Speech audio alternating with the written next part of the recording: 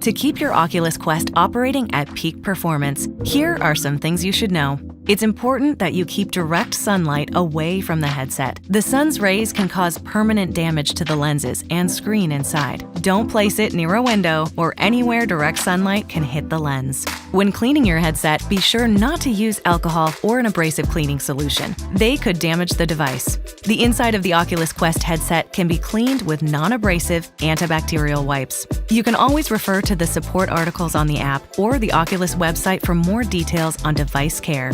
Modifying the headset to work with glasses using the provided glasses spacer is easy.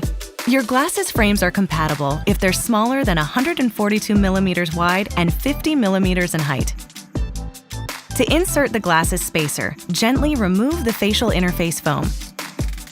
Then attach the glasses spacer to the back of the facial interface with the glasses logo on top. Press it into place. Then, reinsert the facial interface foam back into place. That's it. To learn more about your Oculus Quest, you can watch more of this tutorial series or follow the Support Center link in the reference guide. Thanks for watching. We'll see you in VR.